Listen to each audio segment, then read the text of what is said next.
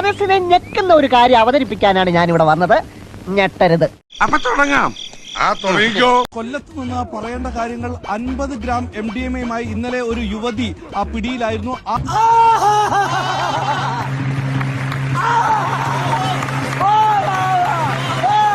ആ യുവതിയെ വൈദ്യപരിശോധന നടത്തിയപ്പോൾ വീണ്ടും ഒരു 46 ഗ്രാം MDMA ജനനേന്ദ്രിയത്തിൽ ഒളിപ്പിച്ച നിലയിൽ മുഖത്ത് എഴുതി വെച്ചിട്ടുണ്ട്. ആർക്കും വാരിക്കോരി കൊടുക്കുന്നവളാണ്.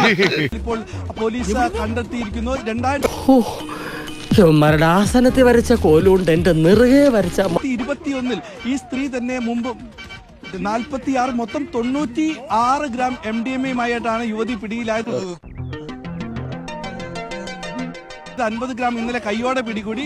46 ഗ്രാം MDMA ജനനേന്ദ്രിയത്തിൽ ഒളിപ്പിച്ച നിലയിൽ. അതെ, ഒരു ചെറിയ വിത്തിനകത്ത് ഒരു വലിയ പൂമര ഒളിച്ചിരിക്കണ്ട് പറയാണ് പോലീസ് കണ്ടെത്തിയിരിക്കുന്നു.